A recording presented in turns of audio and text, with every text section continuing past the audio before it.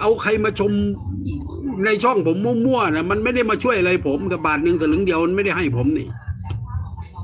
ผมเห็นอันนี้ถูกใจเราก็ชมอ่ะผิดตรงไหนอะครับเนี่ยระบอบประชาธิปไตยไม่ใช่เห็นกูชมมึงเข้ามาด่าเนี่ยมันขัดแย้งตรงเนี้ย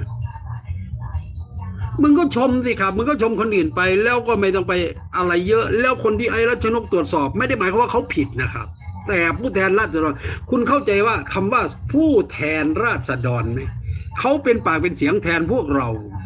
เขากินเงินภาษีจากเราเนี่ยมึงจะกินเงินภาษีกูแล้วมึงจะไปนอนเล่นแล้วไม่ทำหาอะไรเหรอไอ้คนอื่นไม่ทำสากกระเบืออะไรเลยมึงเงียบกิ๊บเนี่ยคนแบบนี้ลุกขึ้นมาตรวจสอบบุคคลที่สังคมไม่กล้าตรวจสอบเขาจะผิดหรือถูกเป็นอีกเรื่องหนึ่งครับไอ้รัชนกก็เปรียบประหนึ่งว่าเป็นผงซักฟอกซักให้ขาวขึ้นให้สะอาดขึ้นให้ดีขึ้นสังคมมันจะเดินไปข้างหน้าสังคมก็ต้องรู้จักตั้งคำ